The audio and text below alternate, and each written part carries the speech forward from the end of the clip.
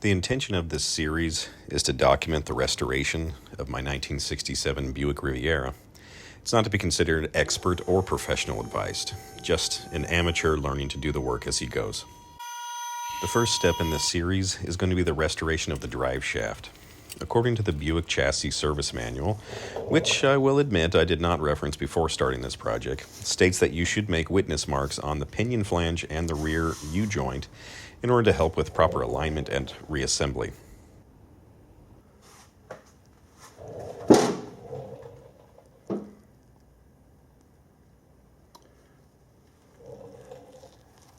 Then remove the 4 bolts holding the rear constant velocity joint to the pinion flange.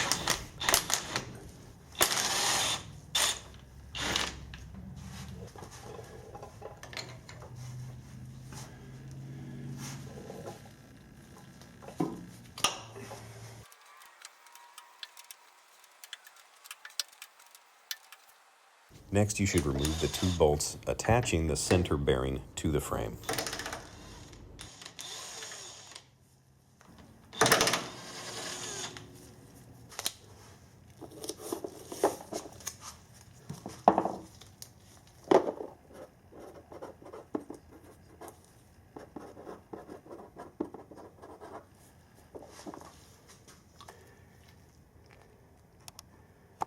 Once all the bolts are removed, there should be nothing holding the drive shaft to the car, except that I found there was a semi-interference fit, making it a little difficult to get out, which I overcame with tapping with a hammer.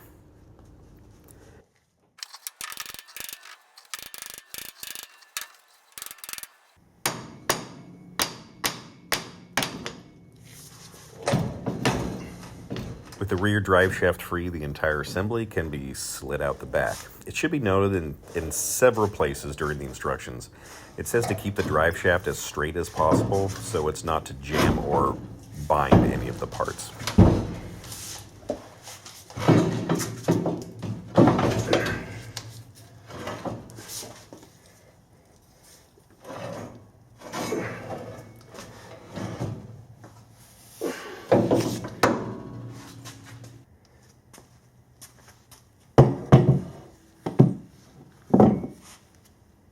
The service manual does recommend separating the 2 halves of the drive shaft to make it easier to work on. Disassembly starts with the loosening of the lock nut. However, if your slip joints are a little too close and you're unable to get a wrench in the space provided, you can use a punch and a hammer through the small access hole at the top of the center bearing to loosen the nut.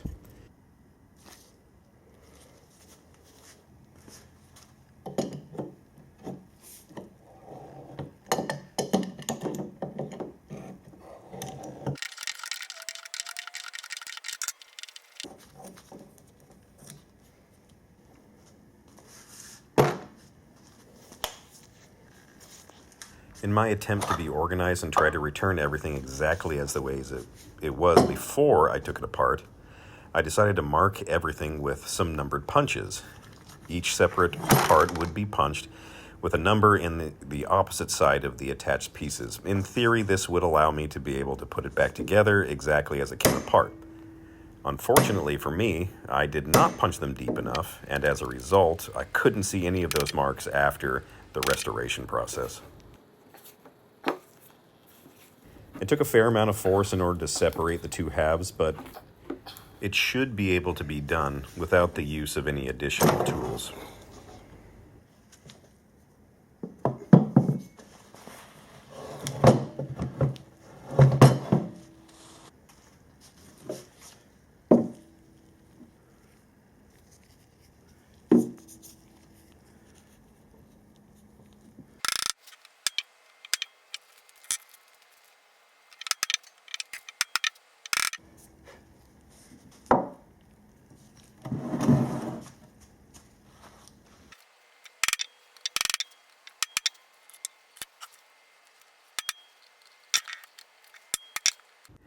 Rather than remove the center bearing immediately, I decided just to start going after the U-joints, which I had never removed any before, and had no concept as to how difficult it was going to be, or how much force was going to be required to do so.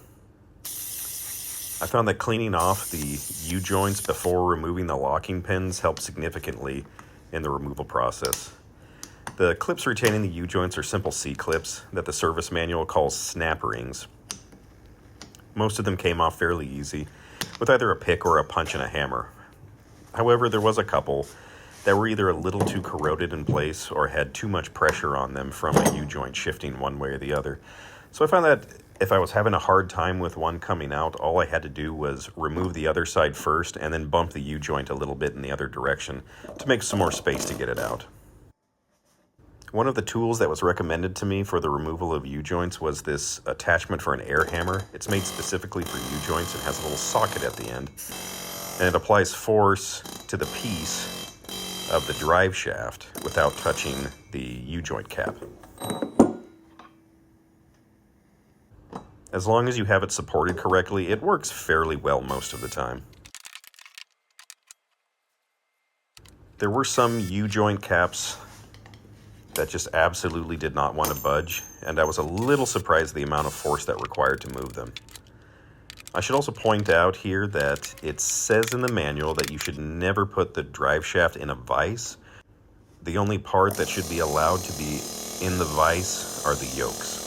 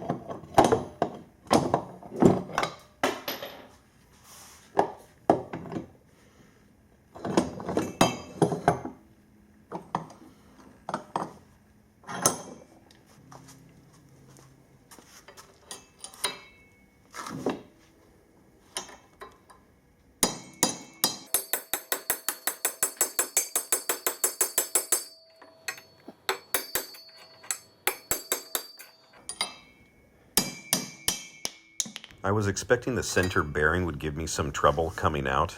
The instructions for removal actually require a puller, but as you can see, when I lightly pulled on it, it popped off very easily and unexpectedly.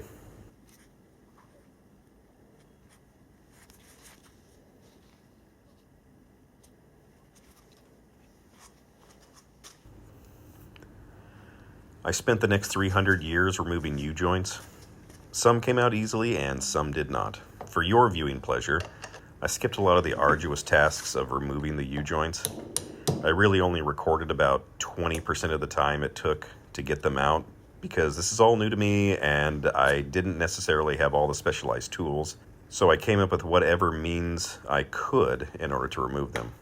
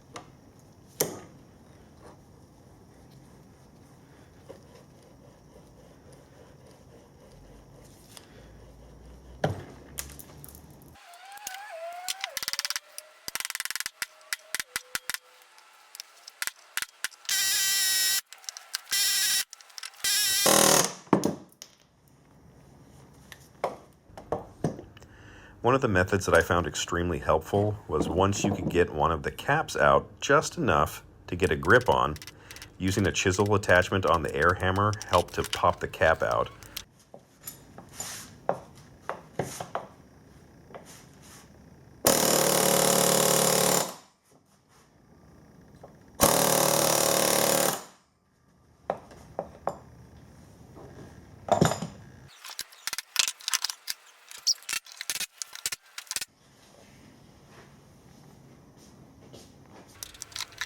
This U-joint had a really hard time coming out. What I eventually found worked was to put a bolt that would fit inside the hole of the U-joint after the cap had been removed, and then just hitting it as hard as I could with a small sledgehammer.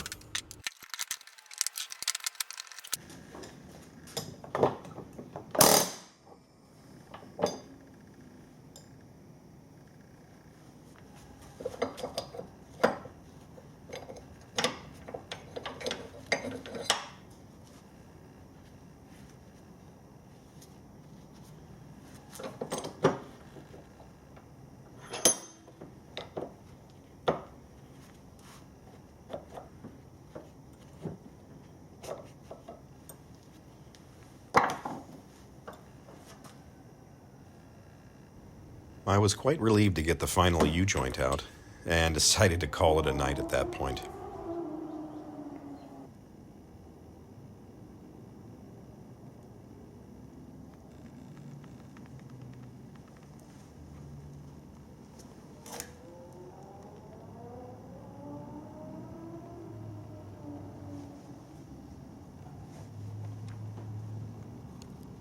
Before sandblasting, all the parts needed to be washed in order to prevent any contamination to the blasting media.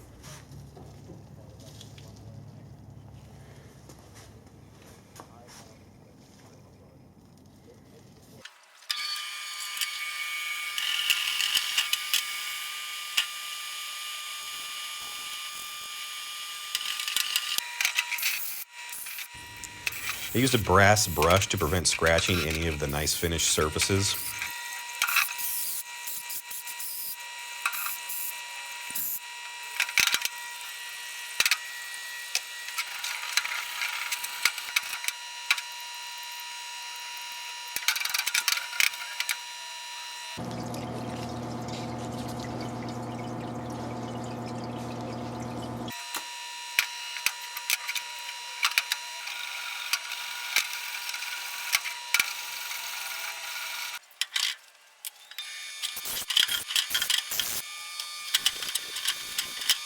I don't know exactly why, but there seemed to be the most buildup of grime, oil, and dirt on the CV joints.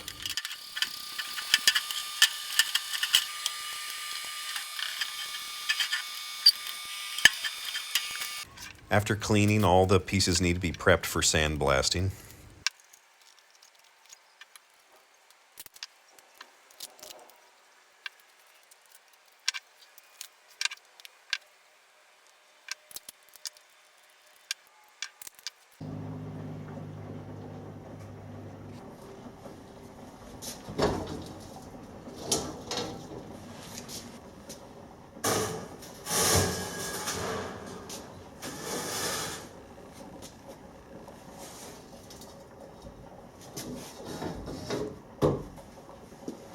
Sandblasting is a long process, but if you have an obsessive compulsive nature like I do, it's extremely satisfying.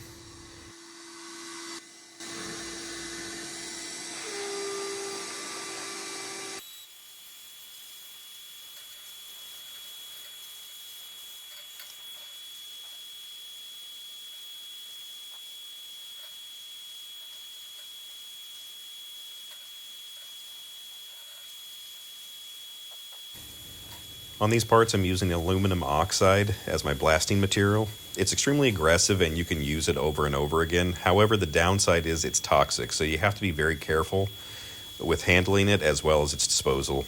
The dust can be extremely detrimental if you're not careful, so make sure you have a good extraction system.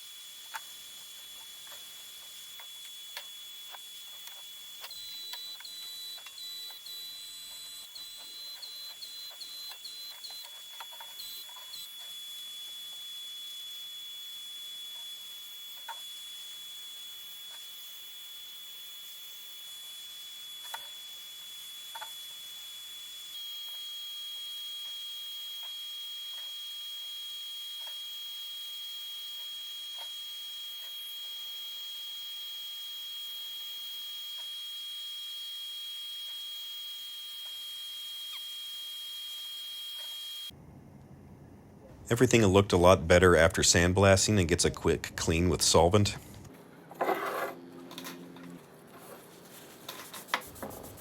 After sandblasting, imperfections and damage are also much more visible, so at this point it's a good chance to file down any burrs or dings that may have been exposed.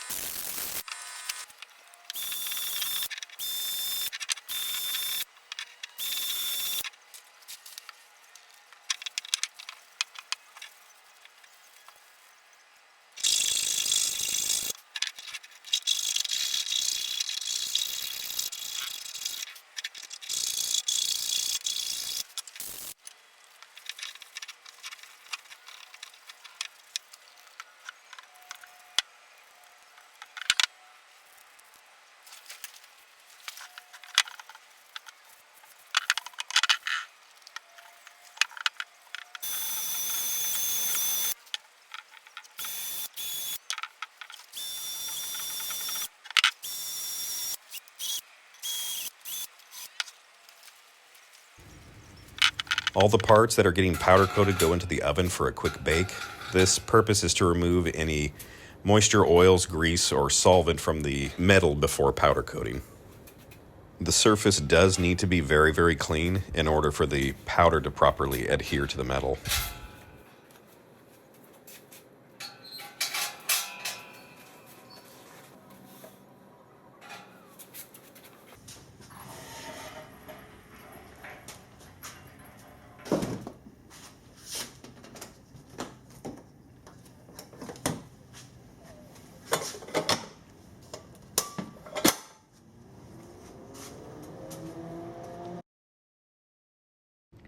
The parts get left in for about 15 minutes at temperature, and then they're let to cool for a little bit before bringing them out to apply the powder. Unfortunately, the camera was not recording while I was powder coating, but the application is fairly straightforward.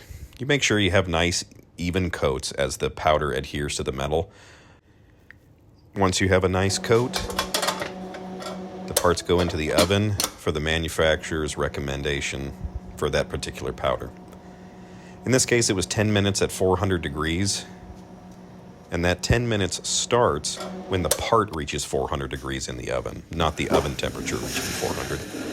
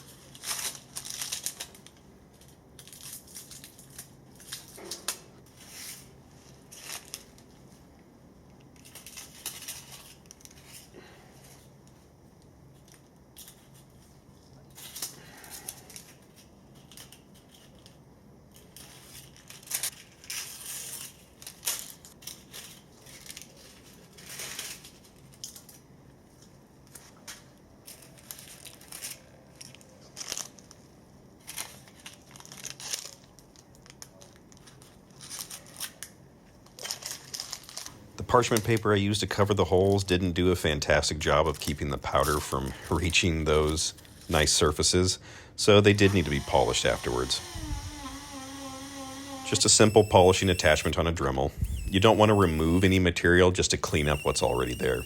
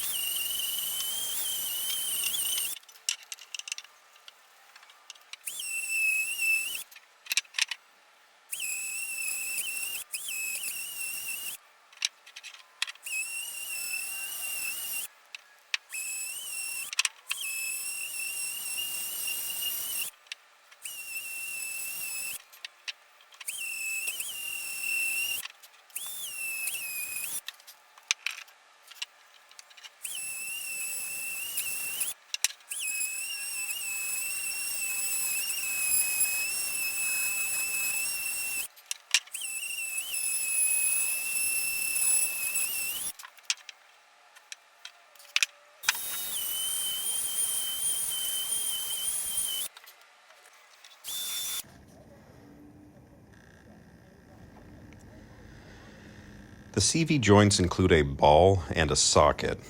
There are rebuild kits available in the aftermarket for the sockets, but I have not found replacement for the balls.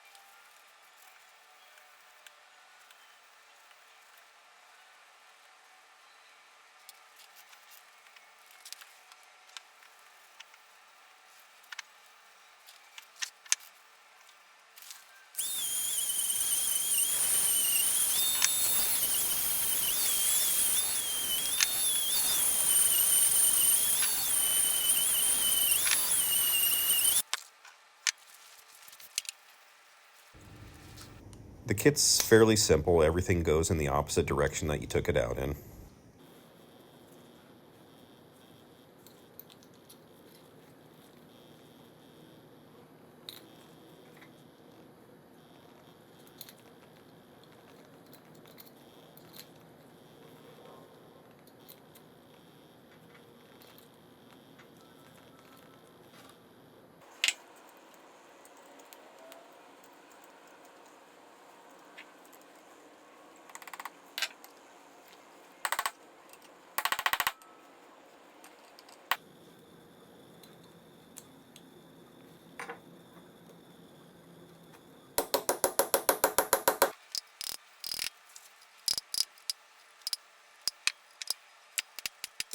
Rinse and repeat for the other side. The hardest part was getting everything past the crimps that they had made at the factory to keep everything in the socket. So I just had to widen it slightly and then recrimp it with a cold chisel afterwards.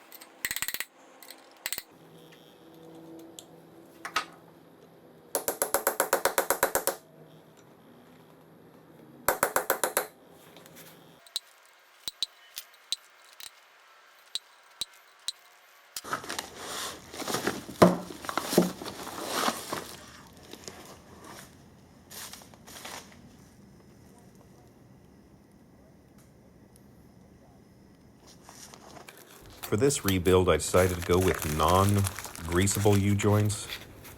With everything in those CV joints, it seemed much easier to not have to deal with grease fittings.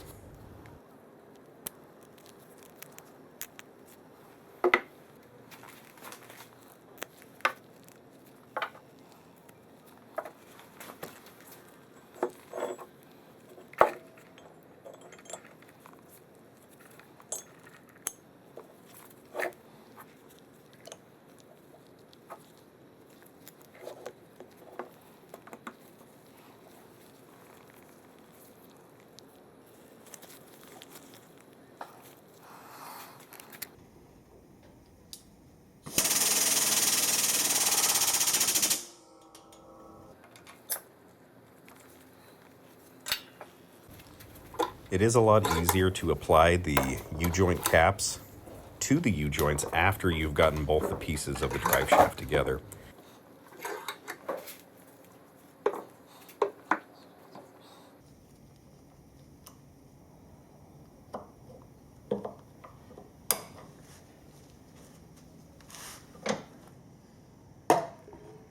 It also seems to help a little bit to lube up all the connecting points.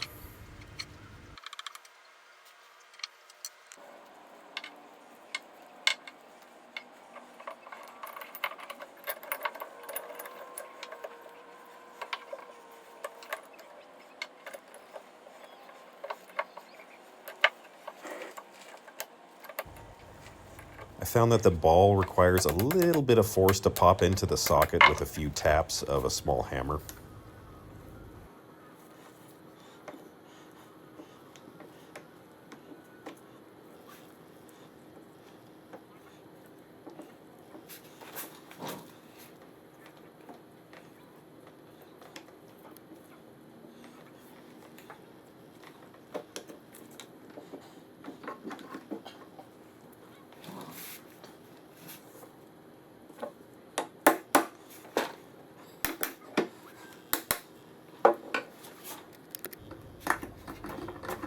A bench vise is probably the easiest way to press the U-joint caps on.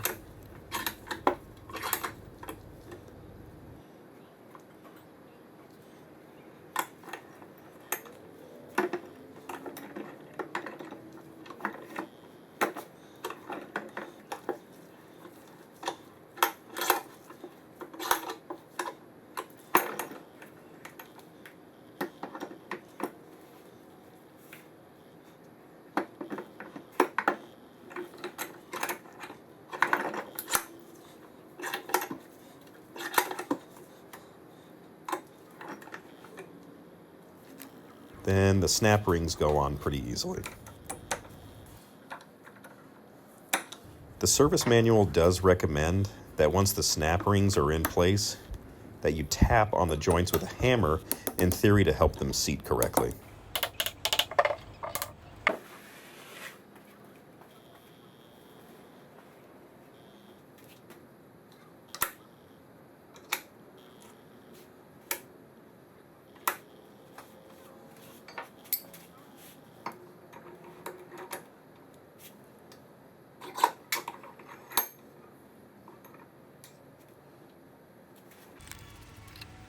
The center bearing is just an interference fit, so it goes on fairly easily just as it came off.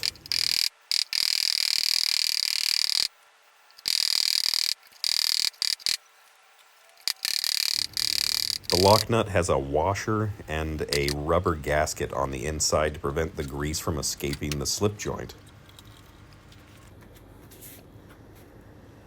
The slip joint splines can only go on one way. There's a pin on one side and a larger gap on the other, and that's how they go in.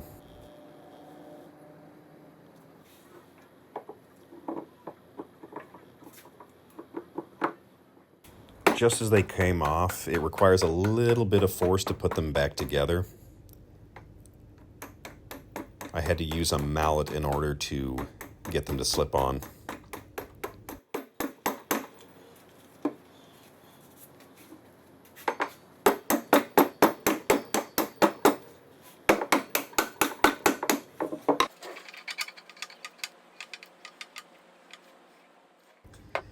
The nut gets tightened just like it came off. If you don't have the gap necessary to use a wrench, go ahead and use a punch and a hammer through the small access hole at the top of the center bearing.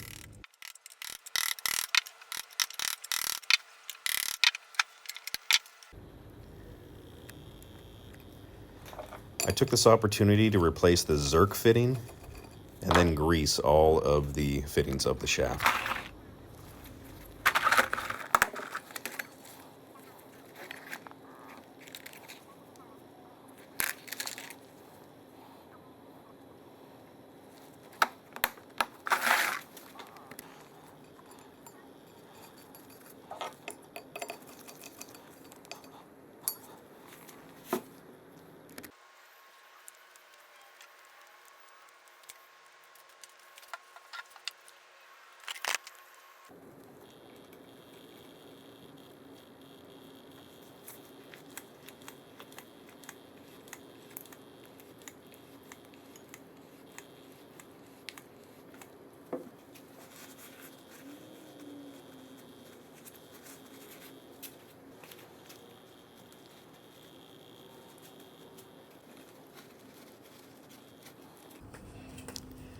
Reinstallation of the drive shaft is exactly backwards of how it was taken out. Slide it through the frame tunnel and then push it forward until the yoke engages with the transmission splines.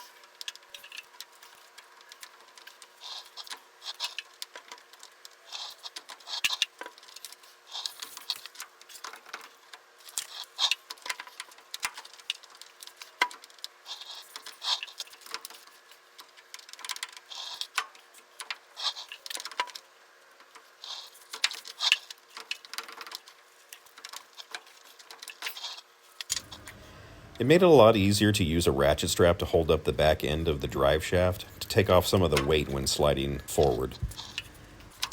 The service manual does recommend supporting the end of the drive shaft to protect the joints.